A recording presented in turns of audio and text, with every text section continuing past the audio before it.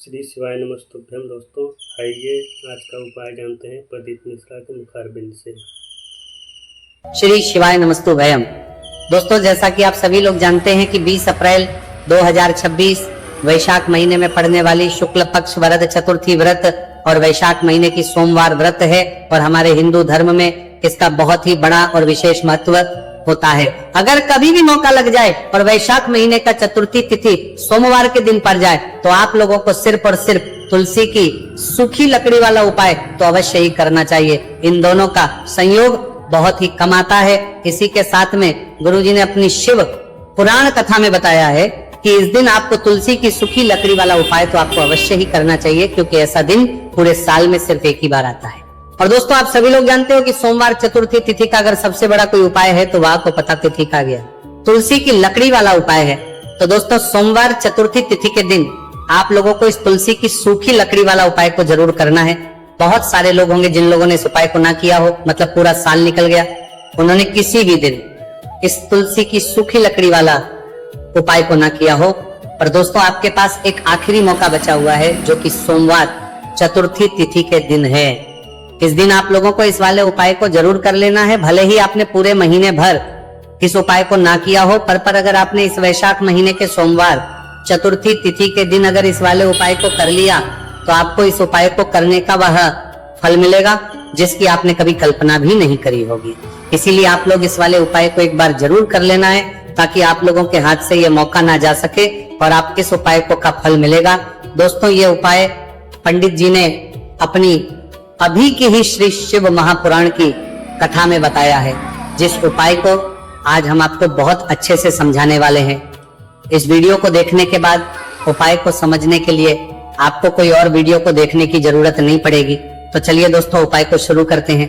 देखिए ये इस वैशाख महीने सोमवार चतुर्थी तिथि के दिन ये इतना खास होता है, इतना महत्वपूर्ण होता है। देखा गया कभी कभी बड़े बड़े पूजा पाठ अनुष्ठान से जो कि मनोकामना पूर्ण नहीं होते, वहां वैशाख महीने के सोमवार चतुर्थी तिथि के दिन एक छोटे से उपाय करने से ही आपकी मनोकामना पूर्ण हो जाती है। और बहुत सारे लोगों ने इस उपाय को किया भी है, पर उनको इस उपाय को करने का फल भी जरूर मिला है। अगर आप लोग भी पूछी जाए इस उपाय को करना चाहते हैं तो आप इस उपाय को पहले अच्छे से समझ लेना, सुन लेना, उसके बाद करना। इस उपाय का फल जरूर मिलेगा और इस उपाय को कर लेने से आपके घर में चाहे किसी भी प्रकार की दुख और समस्या क्यों ना चल रही हो, आपको उसका कारण भी नहीं पता है कि भाई ये समस्या किस कारण से चल रही है, उसका कुछ भी कारण हो सकता है, जैसे पितृदोष हो सकता है या किसी भी तरह का मंगल दोष भी हो सकता है। तो इस दिन आप लोगों को ये वाला उपाय कर लेना है। ये एक ऐसा उपाय है जिस उपाय को अगर किसी विशेष दिन पर किया जाए तो भाई उस विशेष दिन का जो है तो हमें मिलता ही मिलता है, पर हमने उस दिन पर इस उपाय को किया है तो हमें उससे भी बड़ा फल मिलता है और फल बहुत जल्दी मिलता है, क्योंकि आप इस उपाय को बहुत ही बड़े और विशेष दिन पर कर रहे हो। तो चलिए अब उपाय के बारे में बात करते हैं, लेकिन उससे पहले आप लोगों को यह जानना आवश्यक है कि आखिर ये उपाय किस समय करना है, किसको करना है और कैसे करना है। तो चलिए हम आगे आपको वीडियो में एक एक कर बता देते हैं। लेकिन अगर आप लोग हमारे चैनल पर पहली बार आए हैं या फिर मेरी आवाज आज पहली बार सुन रहे हैं तो हमारे चैनल को सब्सक्राइब जरूर कर लेना और इस वीडियो को लाइक करके कमेंट बॉक्स में श्री शिवाय नमस्तुभयम ओम नमः शिवाय जरूर टाइप कर देना। तो दोस्तों इस तुलसी की सूखी लकड़ी वाला उपाय को हमें सोमवार चतुर्थी तिथि के दिन कैसे करना है, किसको करना है, किस समय करना है और कहां पर करना है, ये सारे सवालों के जवाब आपको इस वीडियो में मिल। और जो ये वीडियो देखेगा भाई उसको तुलसी की सूखी लकड़ी वाला उपाय जरूर करना चाहिए, क्योंकि इस दिन काला तिल का भी बहुत ही बड़ा और विशेष महत्व होता है। और जब बात आ जाए तुलसी की सूखी लकड़ी वाला उपाय की तो ये सोने पर सुहागा वाली बात हो जाती है और ये बहुत ही बड़ा उपाय होता है। अब दोस्तों इस तुलसी की सूखी लकड़ी उपाय को आखिर करना किसको है, सबसे पहले हम लोग वो बात जान लेते हैं। तो देखो घर की जो बड़ी माताएं बहन होती हैं, उन माताओं बहनों में से कोई भी एक बड़ी माता बहन इस वाले उपाय को कर सकती है। और दोस्तों अगर आप चाहें तो अपने घर में से सभी सदस्यों को भी इस उपाय को करवा सकते हैं। अगर किसी व्यक्ति की खुद की कोई मनोकामना है, खुद की कोई दुख और परेशानी है जो कि वो अपने लिए ही करना चाहता है इस वाले उपाय को, तो वो खुद अपने लिए भी कर सकता है। बाकी अगर कोई घर में से ऐसा है जो कि अपने पूरे घर परिवार के सुख और शांति के लिए ये वाला उपाय करना चाहता है तो भाई वो भी कर सकता है, उसमें भी कोई दिक्कत नहीं है। कहने का मतलब ये है कि इस उपाय को हर एक सदस्य भी कर सकता है और पूरे घर परिवार के सदस्य के लिए घर की बड़ी माताओं बहनों में से कोई एक माता बहन भी कर सकती है।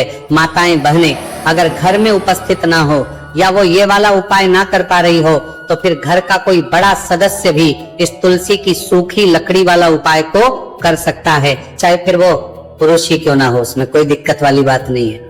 उसके बाद में दोस्तों जो अगला प्रश्न निकल कर आता है वो ये आता है इस उपाय को लेकर कि आखिर इस उपाय को हमें किस समय करना है, सुबह के समय करना है कि शाम के समय करना है। तो देखो इस वाले उपाय को आप लोग सुबह के समय भी कर सकते हो और शाम के समय प्रदोष काल में भी कर सकते हो। अब अगर आप पूछो कि भाई साहब सबसे उत्तम समय कौन सा रहेगा इस तुलसी की सूखी लकड़ी वाला उपाय को करना है का, तो हम बस यही कहेंगे कि इस उपाय को आप सुबह के समय करेंगे तो ज्यादा बेहतर होगा।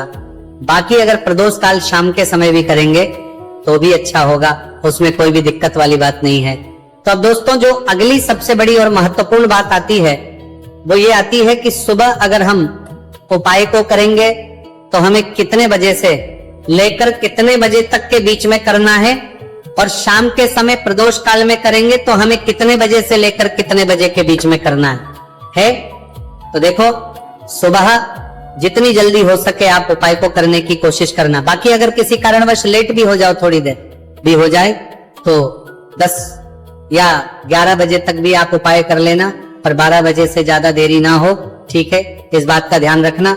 उसके बाद में दोस्तों अगर शाम के समय प्रदोष काल की बात करें, प्रदोष काल का जो समय है होता है वो शाम के 6 बजे से शुरू हो जाता है। मतलब शाम 6 से लेकर 7 के बीच का जो समय होता है ये समय प्रदोष काल का समय होता है। तो आप इस उपाय को 7 या 8 बजे के बीच में भी कर सकते हो। मतलब शाम के 6 बजे से रात 8 बजे के बीच में आप कभी भी इस वाले उपाय को कर सकते हो, उसमें कोई भी दिक्कत वाली बात नहीं है। देखिए यदि हम किसी भी प्रकार के उपाय को निश्चित दिन और निश्चित तिथि पर करते हैं तो इसका हमें बहुत अधिक लाभ मिलता है और इन उपायों को करने के बाद हमारे जीवन में बहुत अधिक परिवर्तन है। साथ ही साथ ये जो उपाय आपके जीवन की सारी परेशानियों को और सारी बाधाओं को दूर करने वाले हैं। देखिए दोस्तों आज के इस पूरे ही वीडियो में हम आपको 3 चमत्कारिक उपाय बताने वाले हैं और ये तीनों ही उपाय बहुत ही खास और बहुत ही ज्यादा विशेष होने वाले हैं। तो चलिए दोस्तों जाने वाले हैं, लेते हैं गुरुजी द्वारा बताए गए सबसे पहले उपाय के बारे में।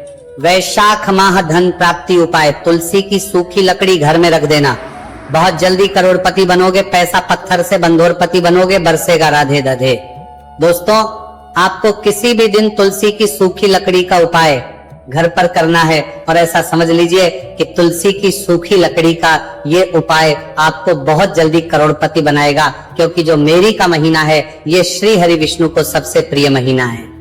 तो देखिए स्कंद पुराण में आता है कि भगवान विष्णु को सबसे प्रिय अगर कोई महीना है तो वो वैशाख का ही महीना है और वैशाख के महीने में तुलसी के उपाय रातों रात आपके भाग्य को चमकाते हैं। ऐसे में आज की वीडियो में हम आपको तुलसी के ऐसे उपाय बताने जा रहे हैं जो रातों रात आपका भाग्य चमकाएंगे और बहुत जल्दी आपको महाधनी बनाएंगे।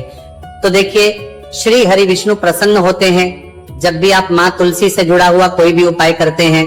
माँ लक्ष्मी प्रसन्न होती है जब आप श्री हरि विष्णु को प्रसन्न करते हैं। अब आज की वीडियो में जो उपाय हम आपको जा रहे हैं, इस उपाय को करने से श्री हरि विष्णु के बाद विष्णु तुरंत प्रसन्न होते हैं और सीधे सीधे आप माँ लक्ष्मी को प्रसन्न कर लेते हैं। आपके जीवन में आप खुद अपने सौभाग्य को प्रसन्न कर लेते हैं। इसकी तरफ करने के भी आपके जीवन में आप खुद अपने सौभाग्य को प्रसन्न कर लेते हैं, प्राप्त कर लेते हैं इस छोटे से उपाय को करके। तो देखिए सबसे पहले बात कर लेते हैं कि जो माँ तुलसी है, इनके बिना श्री हरि विष्णु का पूजन और श्री हरि विष्णु का भोग दोनों ही अधूरे हैं। जब भी हम श्री हरि विष्णु को भोग कराते हैं, उनको भोग लगाते हैं, उसमें हम तुलसी दल जरूर डालते हैं। एक पत्ता डालेंगे लेकिन तुलसी दल जरूर डालते हैं, क्योंकि बिना तुलसी दल के श्री हरि विष्णु कोई भी भोग स्वीकार नहीं करते हैं। और वैशाख के महीने में तुलसी का पूजन करने से व्यक्ति को सौभाग्य की प्राप्ति होती है, उसके घर में कभी निर्धनता नहीं आती है। आप देखिए सबसे पहले तो आपको वैशाख के महीने में एक हरा भरा तुलसी का पौधा अपने घर में लगाना चाहिए। अगर पहले से आपके घर में तुलसी का हरा भरा पौधा है तो बहुत उत्तम है, अगर नहीं है तो वैशाख के महीने के महीने में एक तुलसी जी का पौधा आप जरूर लेकर आए, क्योंकि सबसे श्रेष्ठ महीना है तुलसी के पौधे को अपने घर में लाकर लगाने के लिए।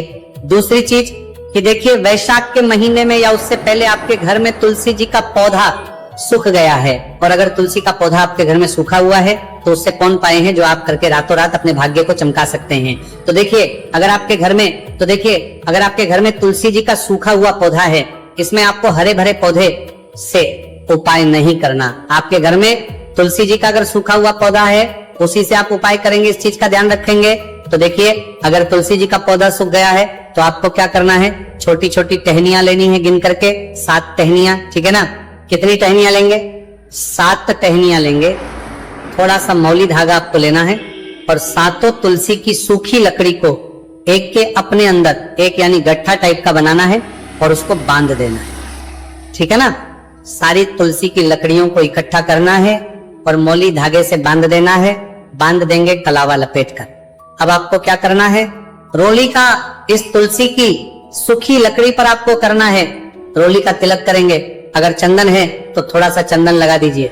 अब ये तुलसी की जो सूखी लकड़ी है, ये आपको थोड़ी देर अपने घर के मंदिर में रखनी है श्री हरि विष्णु के सामने, और एक देसी घी का दीपक आपको श्री हरि विष्णु के सामने लगाना है। दीपक गोल बाती का लगाएंगे और उसमें एक चुटकी पिसी हुई हल्दी डाल देंगे, ठीक है ना। श्री हरि विष्णु को हल्दी बहुत प्रिय है, दीपक लगा देंगे। थोड़ी देर बाद जो तुलसी की लकड़ियां हैं उनको ऐसे ही रखा रहने देंगे, तिलक कर देंगे। अब थोड़ी देर बाद आपको क्या करना है, तुलसी की वो जो सूखी लकड़ी बांधी थी कलावे से, मोली धागे से, अब आपको उन्हें उठाना है। एक छोटे से लाल कपड़े में आप इसको रख लीजिए, ठीक है ना। लाल कपड़े में रख लीजिए, पीला कपड़ा हो तो पीले कपड़े में रख लीजिए। रखने के बाद आपको क्या करना है, इसकी पोटली टाइप की बना देनी है। धागे से लपेट कर मोली, धागे से पोटली बना लीजिए, आराम से बंध जाती है। अब इस पोटली को आपको कहाँ रखना है, इसे आपको अपने घर के मुख्य द्वार पर टांगना है, ठीक है ना। अंदर की तरफ मुख्य द्वार पर अंदर की तरफ टांग दीजिए और माँ लक्ष्मी का ध्यान करिए, श्री हरि विष्णु का ध्यान करिए, उनसे प्रार्थना करिए कि हे धन की देवी महालक्ष्मी, आप मेरे घर में पधारिए और अपनी कृपा मुझ पर बरसाइए। इस तरह से आपको प्रार्थना करनी है और मंत्र बोलना है, ओम नमो भगवते वासुदेवाय नमः। 11 बार ये मंत्र बोलना है। एक दीपक आपको जिस दिन भी उपाय कर रहे हैं अपने घर के मुख्य द्वार पर प्रज्वलित करना है। चौमुखी दीपक, 4 बाती का दीपक लगाएंगे और थोड़ी सी हल्दी उस दीपक में भी डाल देंगे। मुख्य द्वार पर दीपक बाहर की तरफ लगाना है, सीधे हाथ पर, ठीक है ना। ये उपाय वैशाख में आप करिए और देखिए कि कैसे आप महाकरोड़पति बनते हैं, कैसे आपके पास पैसा आता है और कैसे आपके पास पैसा रुकता है। तो ये वही उपाय है जो रातों रात आपके भाग्य को चमकाएगा और आपको महाधनी बनाएगा। छोटा सा उपाय आपको महाकरोड़पति बनाएगा, आपके बाद करोड़पति है बनते बनाया गया है, देगा। अगर सच्ची श्रद्धा से आपने इस उपाय को कर लिया, साथ ही साथ वैशाख के महीने में अगर कोई जूते का दान कर देता है, जूते चप्पलों का कोई दान कर दे, इस माह में तो समझ लीजिए उसे हर वो वस्तु मिलती है जिसकी वो कल्पना करता है, जिसकी वो चाहता है। आपने अगर कुछ ऐसा सोचा है कि हाँ मुझे ये वस्तु या मुझे ये चीज मिल जाए, मेरी ये इच्छा पूरी हो जाए, आपकी कोई भी इच्छा अधूरी है, पूरी नहीं हो रही, तो वैशाख माह में आप चाहे किसी एक व्यक्ति को दान करें, जूते या चप्पल का दान जरूर करेंगे और फिर देखिए कि आपका भाग्य कैसे आपका साथ देता है और कैसे आप अपने जीवन में आगे बढ़ते चले जाते हैं। तो बहुत अच्छे से उपाय आपको बताया है। अब हम बात करते हैं दूसरे विशेष उपाय। देखिए, ये उपाय भी तुलसी जी के पौधे के वहां पर करना है। आपके भाग्य का उदय करने के लिए, आपके घर में धन सम परेशानियां हैं, कर्ज की समस्या अगर दिन पर दिन बढ़ती जा रही है, खत्म नहीं हो रही है, बहुत ज्यादा परेशानियां हैं, तो आपको ये उपाय करना चाहिए। देखो करना क्या है, बहुत ध्यान से समझना। आपको मात्र तांबे के पात्र के अंदर जल लेना है, उस जल के अंदर एक चुटकी आपको हल्दी मिला देनी है, ठीक है, और साथ में लेना है एक कमल गट्टा, या केवल उपाय वैशाख सोमवार चतुर्थी तिथि के दिन करना है। अगर आपको ऐसा लगता है कि आपके जीवन में अष्टलक्ष्मी का वास नहीं है, भाग्य का साथ आपको नहीं मिल पा रहा है, तो आप ये उपाय शनिवार के दिन कर सकते हैं, सोमवार चतुर्थी तिथि के दिन भी कर सकते हैं, ठीक है। शनिवार सोमवार दोनों दिन आप ये उपाय कर सकते हैं। देखो करना क्या है, इस जल के पात्र के अंदर हल्दी डाली और एक कमल गट्टा डाला। अब आपको तुलसी जी के वहां पर जाना है। देखिए, जब आप हल्दी डालोगे जल के पात्र के अंदर, तब आपको ओम नमो भगवते वासुदेवाय का 11 बार जाप करना है, फिर हल्दी डालना है, जब आप कमल गट्टा डालोगे तब आपको ओम श्री नमः या ओम महालक्ष्मी नमः इस मंत्र का जाप करते हुए कमल गट्टा डालना है। 11 बार जाप करना है। ठीक है, कमल गट्टा और हल्दी दोनों होना चाहिए। कमल गट्टा महालक्ष्मी का प्रतीक माना जाता है और हल्दी जो है वो भगवान विष्णु के निमित्त आप हल्दी डालेंगे। ठीक है, इस जल को आपको तुलसी जी की जड़ में अर्पित करना है। अर्पित करना है ओम नमो भगवते वासुदेवा का जाप करते हुए। बस इतना सा उपाय करना। धन संबंधी को कोई भी परेशानियां है वो सब दूर हो, ऐसी आपको प्रार्थना करनी है। कर्ज से जुड़ी कोई परेशानी हो तो ऐसी प्रार्थना करनी है कि ये दूर हो जाए। ऐसी कामना करते हुए ये दूसरा प्यारा सा उपाय आपको करना है। तो देखो, ये हो गया उपाय जो कि आप सुबह से लेकर के शाम तक कर सकते हैं। चतुर्थी तिथि सोमवार या शनिवार के दिन सिर्फ एक बार ही करना है। अब जो कमल गट्टे को आपको वहीं पर तुलसी जी के वहां पर रखे रहने देना है। आपको उठाना नहीं है। वो कमल गट्टा चाहे तो आप तुलसी जी के वहीं पर गांठ दें, ठीक है, तो भी चलेगा। तो इस प्रकार से आपको ये सुंदर सा उपाय करना है। अब हम बात करते हैं तीसरे उपाय की। ध्यान ना रखना, ये जो दूसरा उपाय है ये आपको आपके घर में ही करना है, बाहर कहीं पर भी करके आना। ठीक है, घर में अगर तुलसी जी हो तो ही आप ये उपाय कर सकते हैं। अब आपको क्या करना है, भगवान शिव के मंदिर में जाएंगे। जो एक बेलपत्र है वो माता अशोक सुंदर वाले स्थान पर आपको अर्पित करना है। डंडे का हिस्सा जलाधारी की तरफ हो चाहिए, उस प्रकार से आपको ये बेलपत्र अर्पित करना है। जब बेलपत्र अर्पित करोगे तब आपको कुंदकेश्वर महादेव का नाम लेना है माता अशोक सुंदरी वाले स्थान पर।